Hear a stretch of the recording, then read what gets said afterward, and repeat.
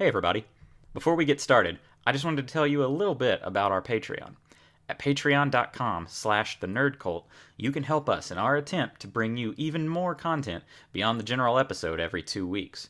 We have several tiers, ranging from $1 a month and up. At just $1 a month, you gain access to monthly polls. Help us decide what we talk about on the show, what merch you'd like to see in our store, what games you'd like us to play, and what special episodes you'd like us to do. At just $2 a month, you gain access to our episodes from the in-between, where we focus on a particular topic, be it game, movie, or just something fun. And for just $3 a month, you gain access to our videos, be they video reviews, let's plays, or other fun things. No matter how much you decide to pledge per month, we appreciate your help in making this podcast the best it can be. Thanks.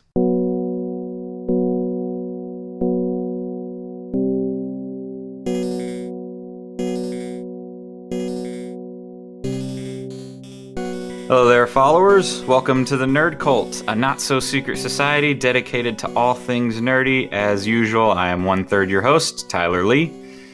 I'm the ginger in the trio, Brock Parsons.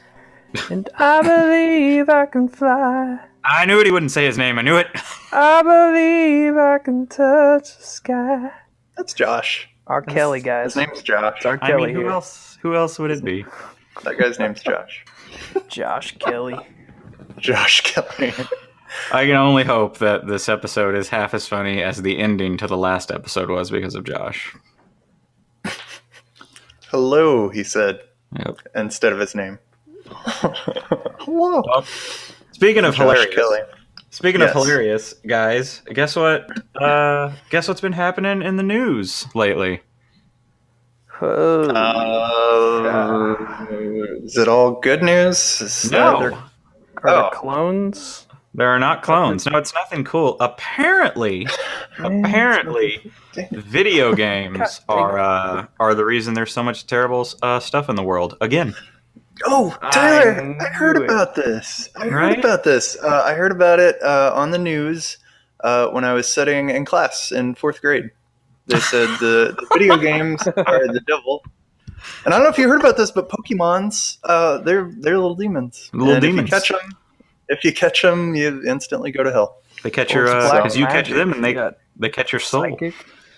Yeah, catch your soul. That's how one of the Jewish kings died. It's Pokemon. By touching a Too Pokemon? much black magic. Too much Pokemon. What's the difference? What is exactly? Well, apparently, it's been about, I don't know, it's 11 years since, or a few years since the Supreme Court thing for video games a few years ago. So, it was about time. It was about time we circled back to this dead horse. Yep. I want to read a quote from Trump. Dead horse. It's a dead horse. I want to read a quote from Trump, who is, as we all know, an eloquent speaker. Just could not laugh at that. Earlier we were doing little voices for Trump quotes. Here, I'll do I'll do. You're gonna do one? I'll read it in a Trump voice until I can't anymore. Like I'll laugh, but anyway, it was basically right after the horrific shooting in Florida, which we're not making fun of that. That's a terrible thing. This right after that, Trump needed to say something. What with him being the president and whatnot, the leader. Right? Is he really? Is he really? This is a weird timeline. He had this to I hate the Trump timeline. I prefer the Bernie Sanders timeline. I need to get back to that one. We could all be floating around in hot air balloons in some weird steampunk alternate reality, but here we are. We're doing this weird crap. We're just doing this weird crap instead. All right. Yep. But Trump had this to say, instead of, blaming what, could be the actual reason, which we're not going to get into for, school shootings and stuff like that. He had this to say. We have to look at the... Oh, I'm sorry. I got to do my Trump voice. Hang on. Oh, Trump voice, yeah. Yep. Oh, make your hands small for this one. I am making my hands super small right now. Narcissism, go. And it's just like... It's just like, oh, I'm an idiot, I'm dumb, I don't know anything. All right. No, you're Bigly. You're Bigly. Bigly. Yeah, you Bigly. gotta act like you know something. Come on. We have to look at the internet because a lot of bad things are happening to young kids and young minds, and their minds are being formed. Okay, it's hard to do. That's how he ended that sentence, by the way. Their minds are being formed. Their minds are being That was formed. like a George Bush senior mixed with Trump there. Oh, I'm not. I was trying to think of what it reminded me of. I'm not a voice actor, so Sure. here, I'll read the rest in my own voice, even though it's just terrible to read.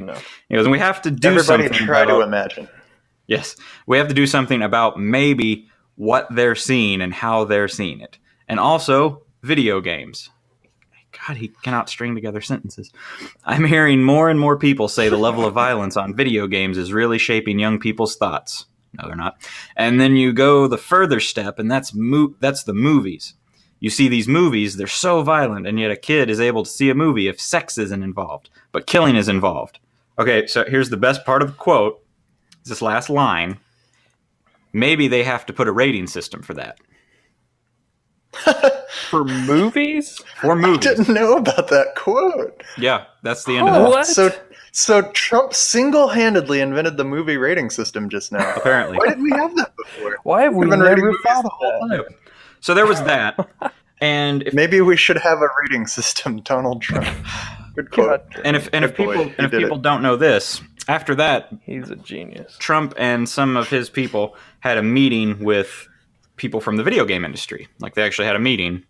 They wasted time and had an actual meeting with people from the video game industry. And the people from the video game industry were like, "This is a waste of time. Why are we doing this?" Why is this and happening? Trump, they opened it up with a video. It was like a 1.5-minute video that Trump's team like put together. And they ripped it straight from YouTube, because if you watch the video, there's still like the watermarks from YouTubers that put it up, that put up videos. So they just like cut footage from other YouTubers, and they used like 4 games. It was like Call of Duty, Sniper Elite, Fallout. So yeah, they played that, and it's the most violent footage you could find. Of course, because that's what they're doing. And after it played, Trump's response was, "Wow, that's violent, isn't it?" And then, there's a word for footage like that. It's just propaganda. Yeah, propaganda. Like just literally like third world country propaganda, but still propaganda. Well, what's funny is also the next thing he said was he opens up with there, have been a few studies that show a link between violence and video games. And guys, I have in front of me, I have compiled all of the research and everything that says that violence is connected to video games. Oh, hang on, just a second. I cannot wait to hear this. We need to protect our children. Hang on, give me a second. Our precious children. My son has not yet come into this world. I had it right next to me. Think about it. Josh's son is a developing mind, and he doesn't need this violence. Tools to get rid of this danger. If only there was some kind of rating system, though. Hang on, guys. Give me a second. I had all the research right here next to me. Where did it go? Hang on. We'll find it. It's over here. All right, I think. Okay. Oh, I found it. That's right. There isn't any. Oh, that was a twist. That was a twist. lampoon. Wow. We just got joshed. Except by Tyler. We've just been had. There is literally still 0. In fact, there are multiple. The statistics everywhere. Multiple forms of research that show that there actually isn't. That video games don't do that to people. But, My favorite, have you guys ever heard of or read Gerard Jones's book, Killing Monsters? It was written back in 2003. Yes, I have. I actually used it for a research paper one time, but wait, he actually you did that in college, right? Yeah, I read it because of you. Oh, nice. Oh, okay. Yeah, so he makes like the opposite argument that not only does video games not cause violence, it actually alleviates violence because it gives people an outlet for their. I mean, this goes back to psychology, but I mean, if you're talking about like Carl Jung or Jacques Lacan, we all have this aggression in our unconscious minds that are trying to get out, and so the safest, best way to do that is to play through, to do it through play. And he goes like, talks about children, and pretty much every child will make a sword or a gun out of like sticks and anything. Yep. And so, I mean, it's just hardwired into our DNA to do that, and to repress that actually can make things worse. And so, I don't know. It was a cool but Josh, read. Think about what Trump is saying. Think about if we were to repress all that and just... well, nothing ever bad came from repression, right? Nope. So, never. I mean, just never. hold that stuff in. Did you guys get a chance to read that awesome CNN opinion article by one Jeremy Ballinson about how video games are basically a virtual boot? Well, it was an opinion piece by him, and he says that video games are basically virtual boot camps that train people how to use guns better. Would you guys like to hear a couple of excerpts from this piece of from this awesome piece of lit? Well, obviously, because I need to save my child. So, save Josh's child. Yes. After the first couple paragraphs, please, CNN. He states this little gem that there is at least one documented case of a killer using a first-person shooter game to improve his combat skills. He quotes that the Norwegian shooter Anders Breivik, you guys might remember from 2012. Well, he's a Norwegian. He's Norwegian. Obviously. All right, eliminate. Okay, so we're alienating that demographic. Obviously. Okay. Anders told the court that he used a holographic aiming device in Call of Duty. Where do you get one of those? There's two problems there.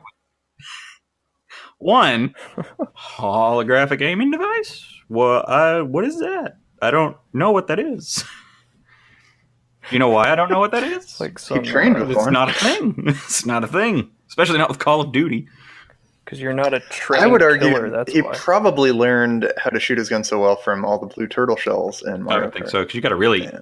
Well, not with the blue one, the green ones, though, man. You got to aim. Well, the green ones. Oh, yeah, the green ones. A lot of aiming. The green ones. But the blue shell, I mean, that's his fantasy. Like, oh, you give me a green turtle shell, and I will kill... dozens. My gosh. I will.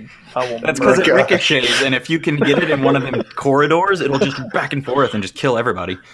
Yeah, I mean that's what that's what most people do. They get in the corner and just take them all out of those green turtle shells. Yeah. Well, thankfully, we've come a long way with classroom safety to prevent any turtle shell or, banana peel. We need to ban. The green turtle shell bump stocks. That's the problem. Mm-hmm. It's the number of turtle shells that you can get at one time that really does. Yeah. I think my favorite part of that quote, though, from this is there's at least one documented case. Apparently, that psycho saying holographic aiming device from Call of Duty in court after he killed people is a documented case of him using a first-person shooter to greatly improve his combat skills. And you don't use psycho as a derogatory term. He's literally like medically. Yeah, I wasn't psychotic. saying like I wasn't being like he's so crazy. You know, I was like he's crazy. I was like no, he's psychotic, legitimate psychopath. Yeah, he is a psychopath. Not that there's anything wrong with that. We love the psychopaths out there too. And I love how this guy Jeremy Ballinson, who wrote this piece, listen to how he describes, so that you can tell that he's never touched a video game controller in his entire life. Don't you love that? People talking about things they have no clue about? It's talking about virtual reality. Virtual reality. Players can look all around a scene instead of just staring at a screen. Handheld devices vibrate to simulate touch. Because every time I touch something, it just vibrates the shit out of everything. Every time I touch something. Could you imagine if your controller kicked like a gun? Oh my god. Oh my gosh. Here's this great piece of writing right here. Most importantly, players use their arms and body to engage in actual combat moves instead of just hitting buttons. Ooh. Wow. that Wii nunchuck has actually been teaching people the deadliest of arts. Incredible. All these. The deadliest of arts is to not wear that safety band around your wrist when you're waving a Wiimote around. How many people have been killed by a Wiimote coming loose with no safety? Here he breaks it down scientifically. As a result, the brain's motor system is engaged. Repeated movement while in virtual reality causes changes in brain structure, which in turn improves performance in the real world. What virtual reality game is he playing? Because I want to play it. It's like some military grade level. By the way, have you guys been to the memorial in Washington, D.C. for the people that have been killed by Wiimotes? I haven't. I've been wanting to. I didn't know where that was going. Is that the one next to the wall where they put all their names? Yeah, it's almost as big as the Vietnam. It's just a giant Wiimote with a bunch of names on it. Just made it's in black. And like the directional pad is a crucifix. The KBWs. Killed by Wiimotes. Yeah. Killed by Wiimotes. Killed by. Yeah. Also, I want to just address if anybody's listening out there, we're not making fun of people that have died from shootings or anything like that. We're making fun of these people clearly not taking it seriously because of stupid stuff like video games, like saying video games cause it. Just put that out there. Let's say that like every 5 minutes or so, because just as a reminder, like we might need because we say some shit on here. So. Disclaimer. Yeah. The military. I'm continuing with the military has been using virtual reality to train soldiers for decades. Today, everyone from NFL quarterbacks trying to improve their play to retail employees trying to hone their customer service skills are using virtual reality training to enable an infinite number of mental repetitions. He has not played any of the marketed virtual reality games that are on the market today because they are clumsy at best. They're not at that level. Like the military grade level, yeah, there's some decent things going on with simulations, but we're so far away from anything like that in the regular population. It's like laughable. I'm just trying to imagine like somebody using, I don't know, like VR chat or like a flower game where you just float around in the wind and like turn them into a murder machine. That's an interesting thought. And if it did work that way, like, would you become better at floating in the wind? I don't know. Well, here's another thing he says. He starts talking about how virtual reality needs to change, and these are changes that they need to make. And here's one of them.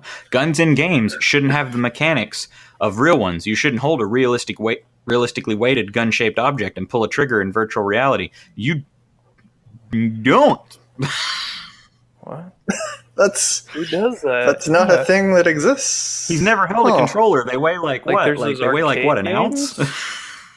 Yeah. Realistically gun-weighted controllers. Or a gun. Which weighs a lot. Like, you have to have no frame of reference to say something. So congrats, like yes. that. Guns shouldn't have the mechanics of real ones in games, and they don't. And they don't. And I'm just going to... I'm not reading. I've read the whole thing. I'm done with that one. That's fair. It's barely an article. Jeremy, you're a moron. Like, I'm gonna say that right now. You're an idiot. You're such an idiot. His critical thinking skills are on par with his opinion of how much guns and controllers weigh. The same. It's real stupid. I'm just saying he's real dumb. I'm just saying. Bad comparison. I'm just saying. Brock has such an eloquent way of putting things. I'm just saying he's so dumb. Just saying the guy's an idiot. You know, let's talk about. No, I'm gonna stop. Oh no! I'm gonna stop there. No, I needed it to stay. I was gonna get like serious. That's not what we do here. No. Let's leave it at he's real dumb. Basically, I mean, video games are not the cause of violence. Counterpoint: yes, they are. All right, go, Josh. What? Because what you got? What you got, Josh? That's why I feel like it. That's all. You feel like it? I'm gonna need a little bit, and I'm gonna need a little bit more than that. Emotions to write news articles and no. Listen, we need a scapegoat for this violent action going on in our country, and instead of looking inwardly at my own faults and limitations, it feels so much better just to blame it on something else. Whoa! Man, hang on. that relief. Are you Wow. telling me that you believe that our honorable and totally upright system of government and our president, our hero Donald Trump, would rather use the most emotionally stable man that I know of. Would rather name a scapegoat than actually face the real problems? Is that what you're telling me, Josh? Yes, because I agree. That's why video games are bad. Because checkmate. Checkmate. Checkmate. Game and match. It's because they feel bad to me, and I don't understand them because I'm 70. And and can we? All right, let's be honest. You gotta feel bad for him. He can't play him. His hands are too small. Poor guy. He can't hold the controller because his hands are too small. It's really hard to play a video game with dementia. Just keeps walking in circles, like. I feel like I've been here. God. I want to see like Josh in real life just impersonate Trump in his living room. I would watch that for hours. I think. Sing it to Fox Oh News. no!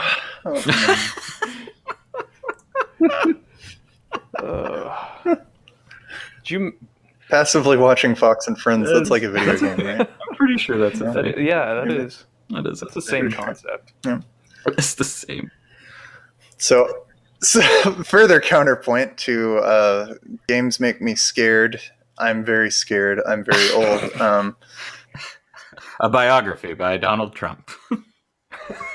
Yes, a biography by Donald Trump. Psychologist Patrick Markey, he did research that showed that 80% of mass shooters didn't show any interest in violent video games. That's a fact. That was posted by old CBS News, which you can't really go by just every study. But 20% did. And that's why they're bad. You can't go by. Too many, you can't just isn't it? go by studies that use data and facts. Just Americans in general. I would say that that's a conclusion that you come to using data, using critical thinking skills. Yeah, I'm serious. Like if you were to just think about something, imagine it in your head, and then trace it from point A, point B, to point C. Mm-hmm. You with me? What if I got on Okay. this? What if I got on this alternative? What if I got on this alternative path? Well, what does this make me feel? That's what I worry about. Because if it makes me feel scared, you can kiss it goodbye. That's a pretty good point, though. I think a lot of people feel scared There's the just door. because of what we see in Don't the let media. it split you where the. I mean, don't let it hit you. Because I hear a lot of what Josh is making fun of all the time, where just people are like, "There's so much violence. Just imagine how much worse it's going to be. As soon as the lamestream media makes it work." But it's like, I mean, yeah, in some ways, the media is doing really terrible things because they just keep reporting like all the violence there is. But realistically, like this is the most peaceful time ever, and like especially amongst teens. Like, this is one of the best times to be alive. It's one of the most peaceful times to be a teen and not get shot by a gun. Yeah. But we got to focus on that. And that's the other problem, too, is we're focusing on these psychopaths and giving them a name. Like, people know these people's names all of a sudden. Yeah, like Tyler mentioning that Norwegian guy. Yeah, Just kidding, Tyler. You referenced I was reading an article, so thank you. Yeah. Where is Norwegia?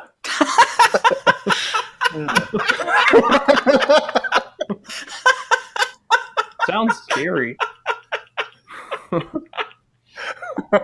Norwegia is too scary. I think we can all agree that needs to Has stay the out of the word news. "nor" in it. Nobody wants Why that. is it so funny? Norwegia levels are too high. But yeah, I mean, I have a friggin' master's in rhetoric. Stop saying it. I don't know why the word's so funny.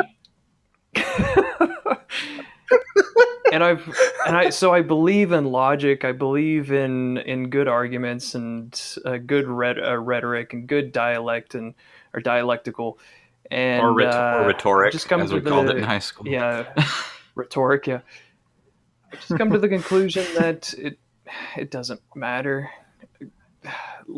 Like pathos, emotion, that's the only thing that matters in any argument that makes a difference in the world. I thought you were talking about like You nothing. make people feel good. I thought you were talking about like nothing matters, and I was like, all right, Nietzsche, Jesus. Yeah. I mean, if we get down to it, it doesn't. Well, I mean, Solomon, King Solomon, realistically, years nothing before Nietzsche, matters. Saying that, but yeah, I mean, I've spent years and years studying how to craft beautiful logical arguments, and I just realized if you can just make them feel scared or happy, then you'll win the argument. Doesn't matter. This is sadly very true. That's right. How depressing. I'm sad. You really brought it all down. That's too true. For now it's up to you to bring it back up, Josh. I mean, Tyler, play that sad piano. Let's get back to the mass. No, let me. That was such here, let me happy. Let me just top this off right here with some sadness. Here we go. Oh, ooh. Oh my gosh, there it is. Zencaster. Just remember, nothing matters. Drops of water. Josh Ford. Silently. You stare long enough into the abyss. And the abyss. All right. So. And the abyss is a Wiimote. It's a Wiimote. If you stare long enough at the Wiimote, it's gonna hit you in the fucking face. Just. Have you ever been hit by a Wiimote? Lives have been lost. You don't know what pain. You don't know what pain is. Zigzag pattern. You don't know what pain is. If you've never been hit by a Wiimote. Tyler is a Pokemon. What?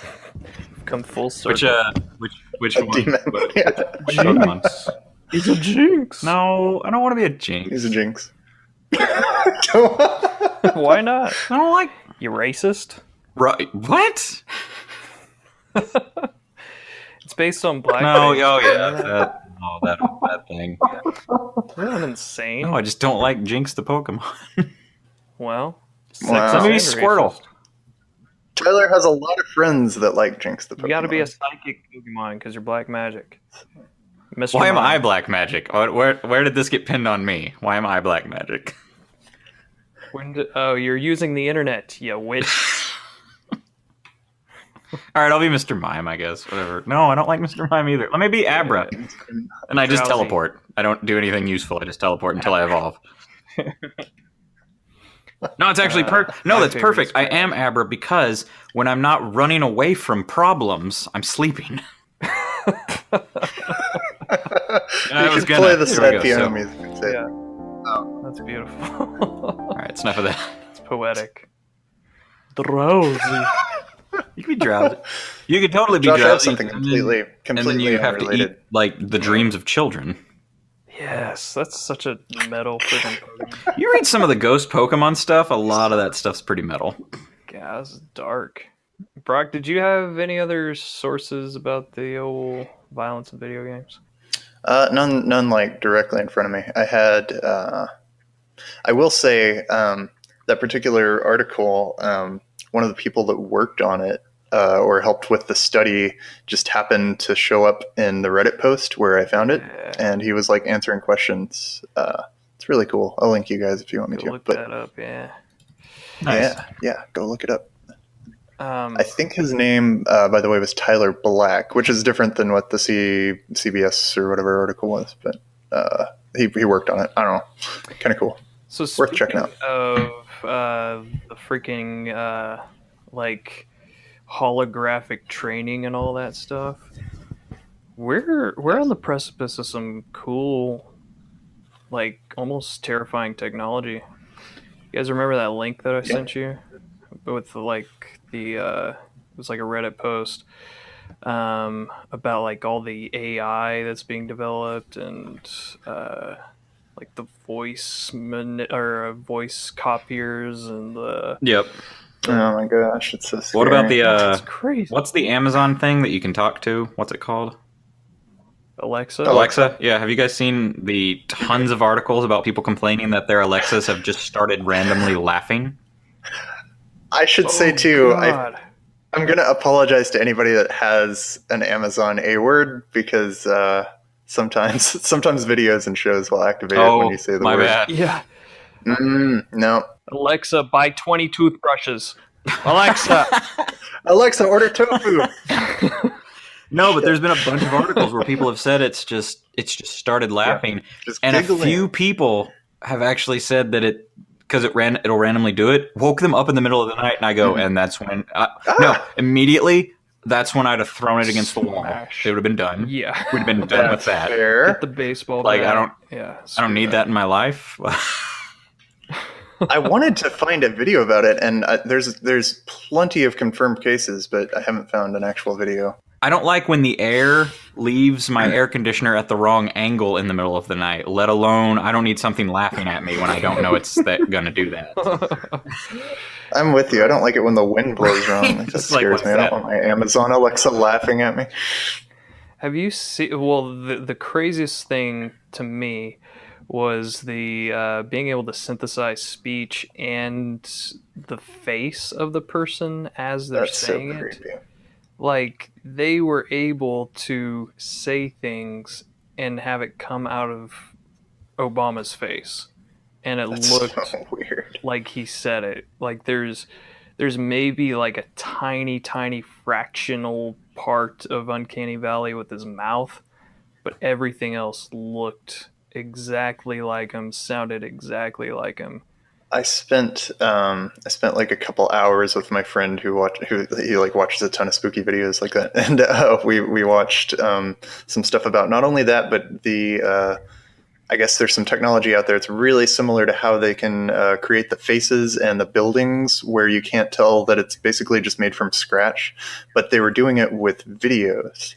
So basically, it was like in real time they were videoing something, and it was almost like augmented reality. They just erased like an entire person from the video, and then they added like a fake person another time, and they were like talking, and it was like based off of somebody else's voice. It was so scary. That is nuts. And that's It really blows my mind. That is that's freely available stuff. Like that's what is that called? Yeah, it's out there. Whenever you can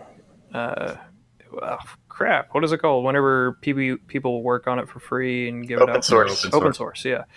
So that's like open source crap. Like imagine what the government could be doing like right now. Yeah, the military could fake like your entire identity on video or something from like everything. erase you. Yeah, that's 1984. that's a solid writing prompt for somebody out there. For George Orwell in 1945. Oh yeah, hey George Orwell, if you're listening, go back. Come back from the grave. Stop rolling around. Alexa, call George Orwell. Alexa, does George Orwell still live? Is he a zombie? Just a pause. Alexa, train George Orwell to kill everyone. Like I like that I do the most podcasts. Josh clearly has the best voices. He's got some Like good he's voice. He's just more suited for this than I am, but I do it. I don't know. You got that sweet sultry. Thank you. Yes, that's what I have. You need a That's what he Georgia meant to accent say. with those vocal. Need a cords. Georgia accent. Georgia We need accent. the Georgia accent with them vocal cords. Yeah. How long have you been sitting there? 25 years. That's a tall glass of Tyler if I've ever seen one. Oh, I got the vapors.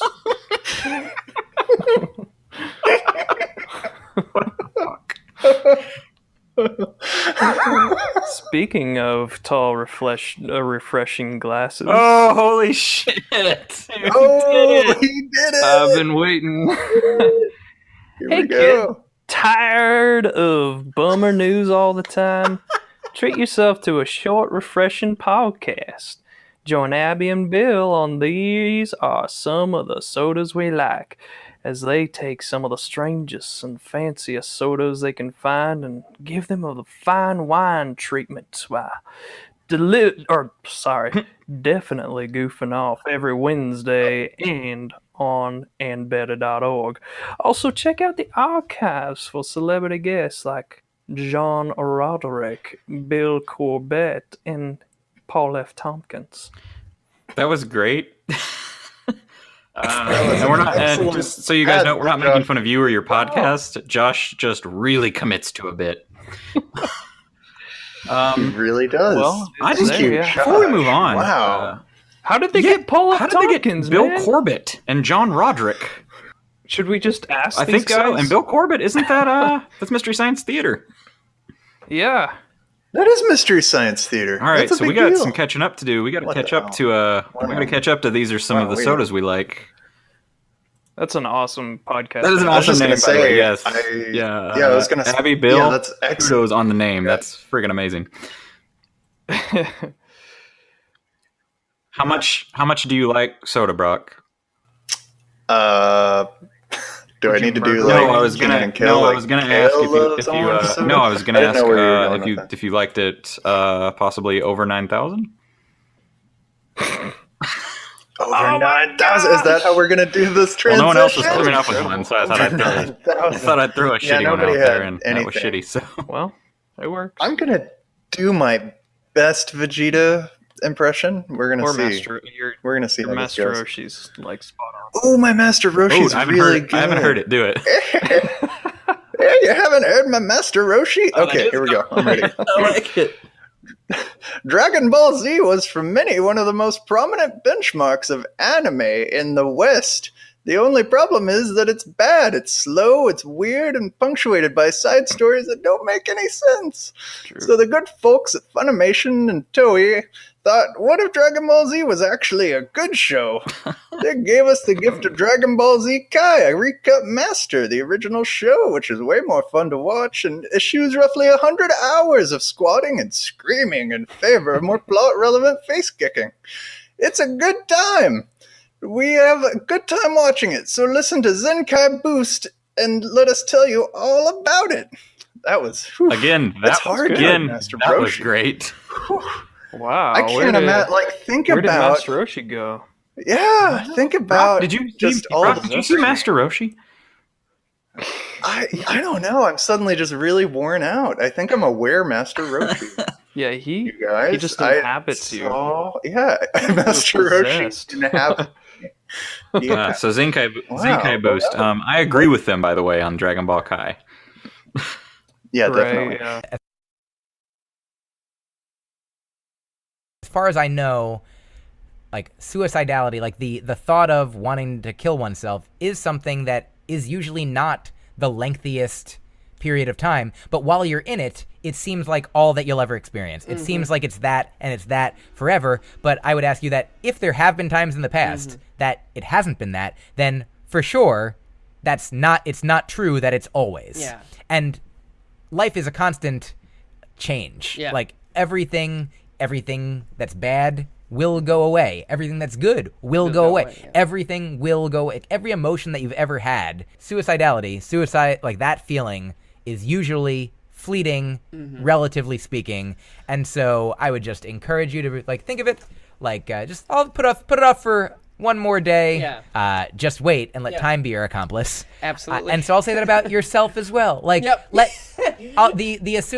suicide assisted by time. Let Father Time be the only murderer. Suicide. Act. That's great.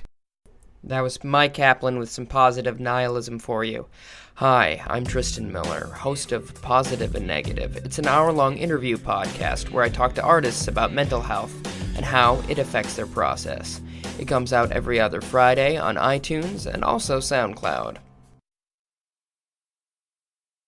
I have something super relevant to add to something that. relevant to one of the ads we just read? Something super relevant to the ads that we just read. I do. 1 second, though. I have something relevant. It's not ready yet, but I have something relevant. Yeah, That apparently I is didn't have it the ready. sounding Okay. typewriting thing I've ever heard in my life.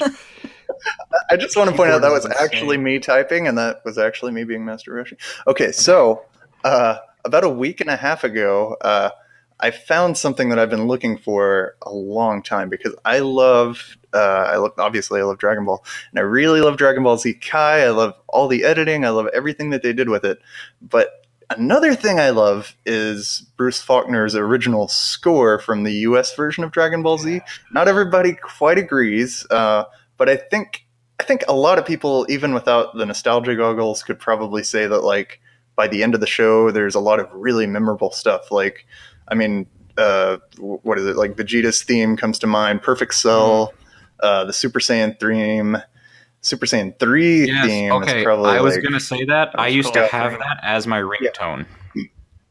It's so good. So imagine this. So basically this guy put this together to where if you have Dragon Ball Z Kai, basically you use a program, you download the audio, and then basically this program puts it in for you. You have to do it episode by episode, but it's like, I don't know, if you have a few hours to spare, you could do it. I did it. It's probably the nerdiest thing I've ever done. It's excellent. And the person who put it together, I'm trying to find his name here. Well, I'll tell you in a second. But basically, he didn't even, I mean, he was like an anime fan, but he hadn't even watched Dragon Ball Z till a couple of years ago.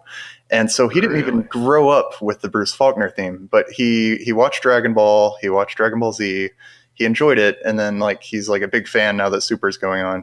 And I guess at some point he was like, I'm going to go back and I'm just going to like watch the unabridged Dragon Ball Z original American version. And I guess he loved the music so much that he was like, I'm going to go for it. And so it's mostly really faithful. He did a couple things where he just kind of took it into his own hands. And I mean, you kind of have to, because the way it's edited, like it's not going to be the same thing. But like later on in the show, he definitely made it to where like certain because I mean, I don't know if you guys have ever looked it up, but like Bruce Faulkner basically had a different theme for like every single moment in the show. So like some stuff was reused over and over, like and like it got better by the end, but a lot of stuff was just like two birds in a bird bath part 1 and like he'll have different ones for each. And so there one thing that and I mean it was more of the editing than anything, like there just wouldn't be silence, like it would just constantly be Bruce Faulkner music.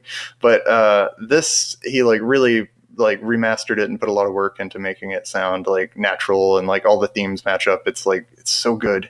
And on top of that, I mean, I don't have any problem with the Japanese music in Kai. And I mean, I really love Super. Super has a great soundtrack.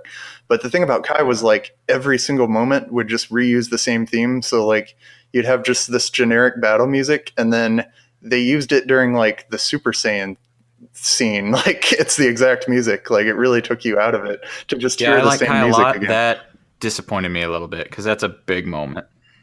It's such a bummer. Just like, oh, there's the generic fight music again, like during this really cool scene that should have its own like every Dragon Ball thing has its theme. Like, oh my gosh, some of the songs in Dragon Ball Super are so cool now. Right? Yeah. Like so Super took it up a notch. Instinct theme. And I will say one thing that he did do, because he has a lot of admiration for the Super theme, or the Super, just the whole soundtrack, I guess. So near the end, he starts, I guess, intermixing some songs that were original, and then the last 2 episodes, he actually just leaves the original soundtrack. So it's kind of interesting, because then you kind of get like a little transition, I guess, to the new music in Super, which is just better, I guess. But yeah, so anyway, it was great. I think his name, I stopped looking for it. What's his name? It is Guy. You can find it on this Kanzenshu forum. Basically, if you type in Dragon Ball Z Kai Bruce Faulkner, it will pop up in Google. And I think this user's name is Diccolo420. I didn't want to say it, but it sure is Diccolo420. Diccolo. Oh my goodness. Yeah. So that's his name, and he did a fantastic job. Thank you, Diccolo420. Like I said, it'll take a little bit of work. He explains how to do it, and it's, like I said, it's really not hard, and I couldn't believe how well it actually worked. But wait, do you find Diccolo? Do you find Diccolo or 420 funnier, Josh? Because I heard you just now, where you just like whispered and laughed to yourself. You're like 420. I didn't hear the 420 the first time. So, like, not only was it Diccolo, it was Diccolo 420. You guys should have seen my face when I found the name. Like, Diccolo 420. I was just like, I guess I'm going to be saying Diccolo 420 today. It's the thing that I'm going to say today. I wonder how many sentences have never been said before. That's probably one. Since we started this podcast, we've significantly lowered that count, I think. Yeah.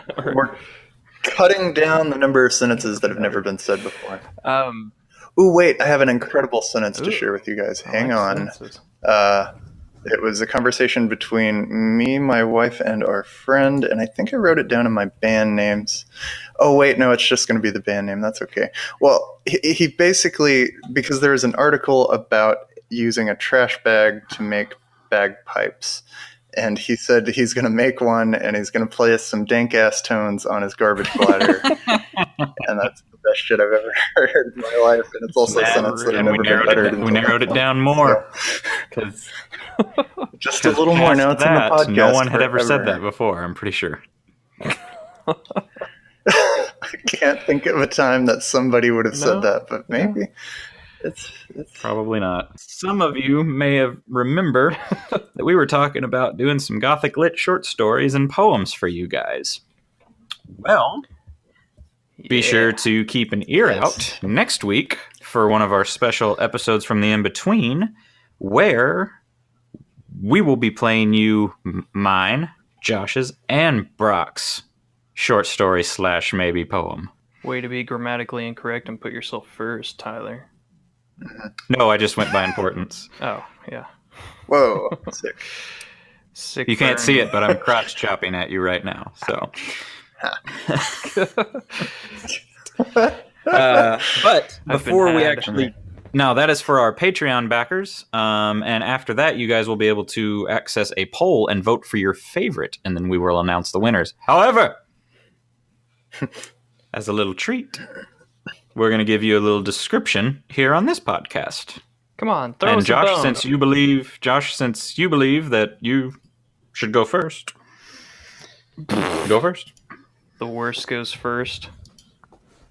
Well, you said it. The hardest part is going to be trying to be serious until this description. I feel like right? It'll be really hard, getting the zen or whatever. Well, it's not even fair. I don't even know what you guys have written, and I already let you listen to my poem. It's true. I've intentionally not listened to it yet because I want to wait and listen to both of yours at the same time.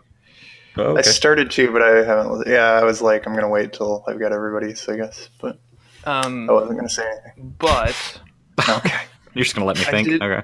I haven't written down my synopsis, so I hope I don't give anything away. But okay, so here goes. So what I've done basically is I'm writing in. Oh, hang on. Dramatic piano music for Gothic Lit. Oh, yeah. Oh, perfect. Good point. Here we go. Go ahead, Josh.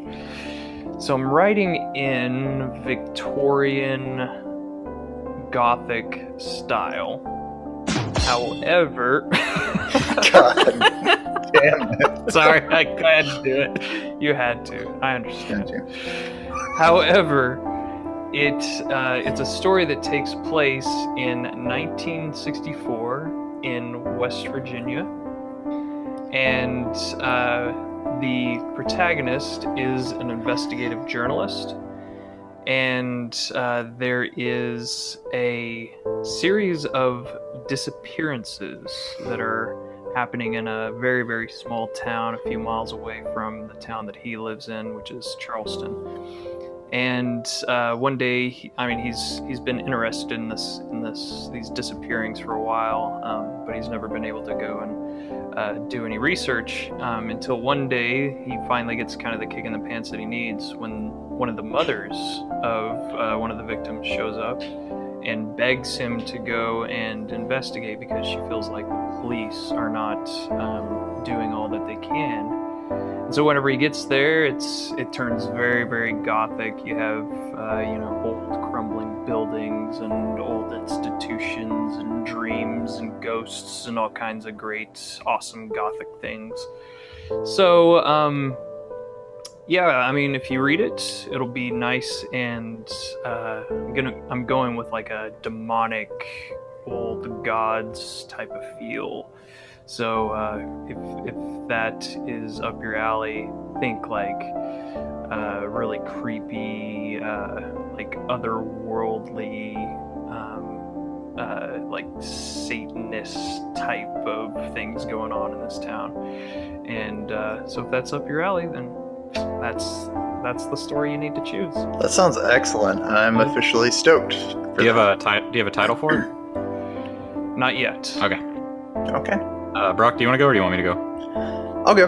I think I'm ready. You still got your piano music going. Mm-hmm. So yeah, I wrote a synopsis specifically for this. It's supposed to kind of sound like it was the synopsis, not the story, is supposed to sound like you take a book off the library shelf and it's like 1983. Okay, so the title is The Special Guest, and Nice. I like it. just going to give you the synopsis. The inheritors of 100 Nor Lane don't visit their family estate anymore. Their sprawling mansion sits on a hill in the woods all alone, once a celebrated jewel of the area. The caretakers try to keep it from falling into ruin. Every few months, the family hosts an enormous party in their ballroom for wealthy out-of-towners. None of the caretakers ask questions, and the guests have a splendid time. Tonight, Jack is helping cater one of these parties, and when asked personally, doesn't mind performing a secret favor in the main house. The celebration is going routinely until the announcement of an uninvited but very special guest takes the night into a darker place. That's my synopsis. That's a great synopsis. It is a good synopsis. There's some mystery in there. What time period is it? It's going to be a surprise. Okay. It's not like a spoiler, but it will be a surprise. You'll have to read it. Cool. Nice. Mine is a gothic poem. So it's much shorter. So I'm actually glad we all just did a description or synopsis, because I wouldn't have been able to share like an excerpt because it'd been the whole poem basically. So it's only like 7 or 8 verses. But I mean, basically for centuries, if you look back in lore, a lot of the lore behind scary stuff like monsters or beasts or legends or something like that, a lot of them have ties to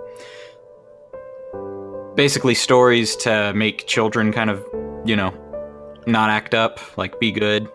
Kind of the same thing as like Santa Claus, like, be good or you won't get any presents, or Krampus, be good or he'll drag you up the chimney. And has the kappa. They tell children that if you're bad children, the kappa will come out of the lake and drag bad children into the lake. And a lot of nursery rhymes and stuff come from, terrible things. Like, Ring Around the Rosie is about the Black Death, I believe. Yep. And then you have ones, like in movies, like 1, 2, Freddy's Coming for You from Nightmare on Elm Street, and then from Dead Silence, the Beware the Stare of Mary Shaw. Basically using poetry or children's nursery rhymes to warn children about something bad. Most of the time was to just keep them in line, but maybe it hinted at something sinister. And that is what I have made my gothic poem in the form of, a nursery rhyme to warn children about the Witch of Hedgewick Lane. Oh, Nice. very nice. Which I made up. Yeah. Can't wait. I figured it was. Well, no, I've heard of the witch. She took my peener one time. So there's But I got it back. there's a That's in, subreddit yep, for it's in my- Pity No Sleep, Josh. I think that's what that would belong in. Yeah. I heard about the witch and she took my peener one time. That's a good time to stop the music right there. Yep, that's why I said peener. We got to make a drastic change to make it of this now. We have sound effects now. So, everyone. And how many words have you written? Like, are you kind of pretty much finished? You're like in the editing stage? You're asking me? Yeah, so like I said, it turned into, I've told you guys this, but I haven't told the podcast this. So it started turning into a much, much longer story, like a novella. So my actual story is really just going to be the first section. Like you're going to pretty much just get an idea of what it's going to be like. And I've kind of got a good little structure, I think, for the first section. So, but yeah, I think right now, the last time I checked, like 7,400 or something. I wrote a lot of words. Yeah, that's not too bad. That's still short story range. Yeah. Like, are you talking about 7,400? Well, but I just want to, yeah. I mean, I just want to keep in mind, and Okay. I've cut some like pages out too, and then like I've started writing on another section, but like I'm like nowhere near where I want the story to end at all. So it's 7,400. You're Yeah. right at short story level. Like short stories, exactly. like you can go like up to like, well, which is depending why when you like submit it. exactly. That's what I'm saying. Like, if it was just what I have, then yeah, it's a short story. But it's right on the line. What about you, Josh? But eventually, it won't be. I'm so worried because I'm basically like I have everything figured out, but every time I sit down to write, I end up writing so much, because my problem is, well, I I've I was never like I didn't go to school for creative writing or anything like that, and I took a few weeks of creative writing, and then I was like, I can't take the stress of this, so I dropped it. I remember that. Yeah. I was so pissed at you. Well, it was like, I don't know, like, because there's something in my head that says, no, everything has to be perfect until you can move on. And so I've figured out slowly through this process how to get through that. I still, like, every time I sit down to write, I'm like, okay, stop worrying about it. You can always go back and edit. You can always go back and edit. That was hard for me. I mean, to be fair, I'm a creative writer, and I still have to remind myself that's like, you can edit this later. I know it's shit right now. You can edit it later. It's supposed to be shit right now. Finally succumbed to the fact that I just have to draft. Like, I never wanted to be that person, but that's actually what ended up helping me. I just have to just let it go, and then later I go back. That's the only way. Yeah, so that's basically what I encountered. I didn't expect it to take this long because I wrote 3,000 something words, and then I was like, okay, now I know where this story's going. So I completely scrapped that and restarted, and now I'm at around almost 6,000. But I'm only. I feel like I'm only halfway. Yeah, like 2 weeks ago, you were like, we should write Gothic short stories. Yeah. For like the next podcast. What was I thinking? Next podcast. Going up against freaking creative writers. The fun thing that I encountered. You act like I'm successful or something. Well, you have written more than I've written in my life, so. The problem that I encountered was just that when I realized when I started writing the Gothic story that, like, especially the classic tales, a lot of it was just like exposition and describing everything. And I didn't want it to be like that, but like when I got into it, I was like, okay, so even just to describe like the characters, and even if you go about it like in a short story type way, like there's so much to describe in a Gothic story. I know. Because it's goth, like it adds to the atmosphere. The you got to describe the atmosphere, suspense. Yeah, and it was really hard finding that line. But you got to do it in a way that's not spelled out. Yeah, and that's always the hardest part. Right, and I read Ligeia today by Edgar Allan Poe. Have you ever read that one? You know him by his casual name. Good old Ed. Yeah. He and I are tight. I've read that one. Yeah. But it's one of my favorite of all time by him. But he spends the first friggin' half of that story describing his wife, his dead wife, and it's like, okay, we get it, but it's so good you don't want to stop reading it. You're like, man, this woman was great. Clearly, and then it gets, but that whole build-up makes it so much scarier at the end, so much creepier. Because it's like, Ligeia, and what he is seeing whenever. I don't want to give it away if people haven't read it. I mean, spoiler alert, but it's like 100 years old. Too soon. But still, yeah, too soon. Go read Ligeia if you haven't. I made my class read it because I'm making them do psychoanalytical theory criticism, and my AP class. I wouldn't push that on my regular guys. So. All right, you heard it here. Josh has no faith in his non-AP kids. So sorry, non-AP kids. I have faith. They're awesome. They're super smart, but they would just be like, "Why? Oh, it's not Why are you doing this? It's not their thing." Yeah, it would not interest them. I don't think, but most of them anyway. But yeah, so they're gonna do that, and then there's an essay that I'm having them read about like psychoanalyzing Edgar Allan Poe and like his anima, his feminine subconscious coming out through Ligeia and stuff. So cool. So, that's cool. Well, like I said, keep an ear out for that. We'll release that next week, where we play all 3 of them and talk about them. I don't know how long it'll be, because I don't know how long these 2 Jokers stories are going to be.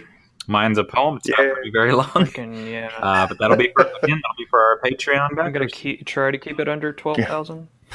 Also, that's not all. Yeah. That's not the only special edition episode they're going to be getting within the month. Or not within the month of March, but within the month of time frame from here. So also in a few weeks, we will be releasing our special episodes from the in-between, Heroes in Literature, that was voted on by Patreon backers.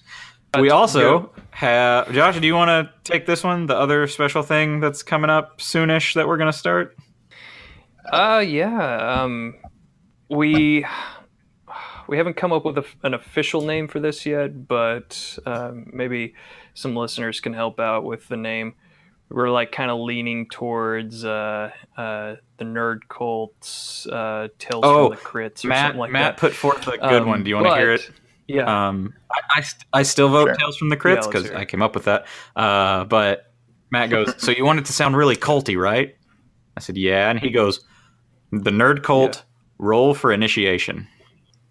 So I was like, either of those. Okay, but anyway, go ahead. Yeah, that's good. But yeah, anyway, so Tyler, no, keep going. I was told I was going to rip you a new one earlier. Tyler, a great guy by the name of Aaron Hinnon, and a great guy by the name of Matt. What was his Wagner. Wagner. Great guy. Yeah. Sorry, he's a Minnesota guy. I haven't met him yet, face to face.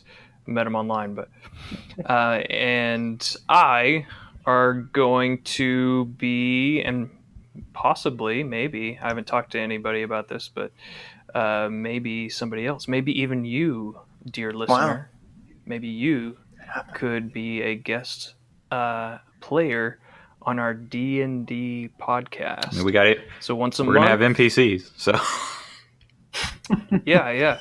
So I mean, Brock, if from time to time you just have time free and you want to play an NPC, you can totally do that, or be a guest star. But you got to play it, man. You got to get into it. If you do that, you got. I want a voice. I want a voice. I want a personality. Create your own. Exclusively an NPC, just that's a robot, like in Oblivion. Yeah. Mm-hmm. Beep boop, bit me. So. BioWare. Keeping with the Gothic theme, we are going to start with the Curse of Strahd. You haven't even told them what the podcast is. You haven't said what game we're playing, did you? Yes, I did. We haven't. We haven't recorded that you didn't. I'm actually doing my job this time, and this is the thanks I get. You come into Josh's house. Did he actually say it's a D&D podcast? So, yeah, I've said it like twice. Like Brock doesn't remember. Check the record. I don't remember. You know what it is. Tales from the Crit. Roll for initiation. You know what we're talking about. We're indoctrinating you into our club. Yeah. So it's a D&D podcast. If you didn't catch that, it's going to be once a month. And we're starting with Curse of Strahd, and hopefully it stays together long enough. If we make it out of Curse of Strahd. Right, yeah, if everyone survives, we'll eventually move on to more higher level, hopefully getting to the point where we're freaking taking on gods and demons and destroying planets and awesome stuff like that. But you have to start off small, you know? Level 1, go through a haunted house and see what happens. Is that what you think Strahd is? Is just a haunted house? Dead House is a haunted house at the beginning. It's true. God, it's a mean haunted house. Yeah, well, yeah, I'll start you off with Dead House. That way you can be level 3 when you actually start the game. We're gonna walk in and Josh is like, "You see Strahd, fight him." Surprise! Boo! Surprise! 1 episode. It's 20 only minutes. Strahd. I got you. Spaghetti. Wow. And also that the first episode will be free. It will be on in our regular podcast stream, titled appropriately. After that, it will be for our Patreon backers. They will be getting the first crack at new episodes for around a month ahead of time. And that is all the announcements we have. And I think that's everything we got. We raged about blaming video games. Told you about our gothic lit stuff. It's got the tiny skeleton hands. As you guys know, as we've talked about, we have a Patreon. If you go to patreon.com/thenerdcult, throw us just a little bit of support. Every little bit helps, and you get access to cool stuff. And as you've heard here, you get access to a lot more cool stuff coming up. Also, we got our website, nerdcultpodcast.com.